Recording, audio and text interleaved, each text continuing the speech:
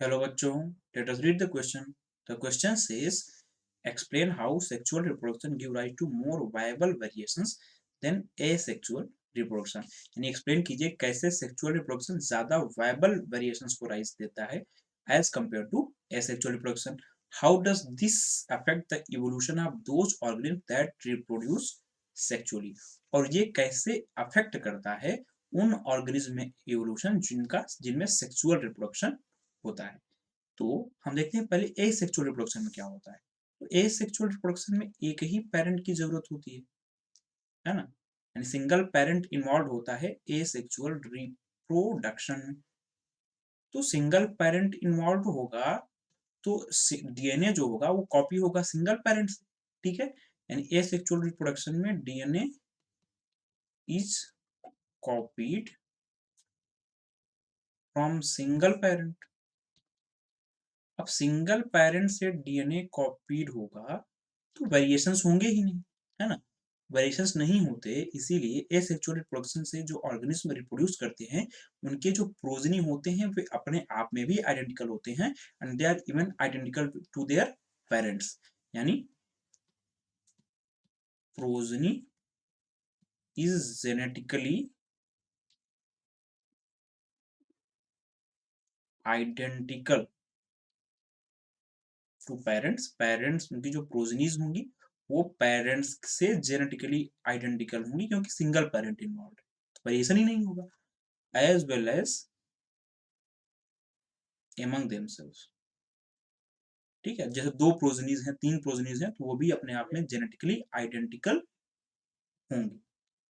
लेकिन जब sexual reproduction की बात आती है, अच्छा इस कारण से इनमें इनमें जो वेरिएशन होता है वो बहुत कम होता है। लेकिन जब सेक्सुअल रिप्रोडक्शन की बात आती है तो सेक्सुअल रिप्रोडक्शन में दो पेरेंट्स का इन्वॉल्वमेंट होता है। सेक्सुअल रिप्रोडक्शन, अब क्योंकि इनमें दो पेरेंट्स यानी एक मेल पेरेंट एक फीमेल पेरेंट का इन्वॉल्वमेंट होगा, इसलिए जो डीएनए होगा वो डीएनए इन्वॉल्व होगा दो पेरेंट्स का, ठीक है। यानी डीएनए फ्रॉम टू पेरेंट्स, दो पेरेंट्स में वन मेल होगा वन फीमेल होगा। तो दो पेरेंट्स का डीएनए इन्वॉल्व होता है, इसलिए लार्जर वेरिएशन होता है। वेरिएशन सेक्सुअल रिप्रोडक्शन में ज्यादा होता है। अब ज्यादा वेरिएशन क्यों है? क्योंकि दो पेरेंट्स का डीएनए इन्वॉल्व होता है, तो इसलिए ज्यादा वेरिएशन होगा। अब ये जो वेरिएशन होता है ये जनरेशन बाय जनरेशन एकुमुलेट होता जाता है और साथ में इवोल्यूशन भी कॉज करता है। यानी वेरिएशंस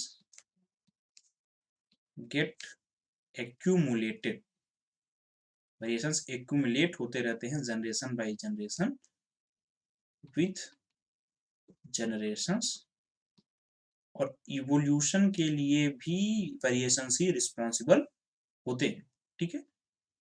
एंड कॉज इवोल्यूशन, यानी जो इवोल्यूशन की संभावना है वो ज्यादा होगी सेक्सुअल रिप्रोडक्शन के केस में as compare to asexual reproduction में, क्योंकि वहां पर वेरिएशन ही नहीं है, वहां पे इवोल्यूशन के भी बहुत कम चांसेस होते हैं। अब जो ऑर्गेनिज्म सेक्सुअली रिप्रोड्यूस कर रहे हैं उनमें इवोल्यूशन का रिजल्ट ये होता है कि टाइम के साथ नई स्पीसीज का ओरिजिन हो जाता है, क्योंकि सारे वेरिएशंस एक्युमुलेट हो जाते हैं, एक्युमुलेट होते चले जाते हैं और अंत में एक नई स्पीसीज का फॉर्मेशन हो जाता है, नई स्पीसीज ओरिजिन हो जाती है, ठीक है। यानी विथ टाइम वेरिएशन के एक्युमुलेशन के कारण न्यू स्पीसीज इज ओरिजिनेटेड, यानी जिसको कहा जाता है कि स्पेशिएशन हो जाता है।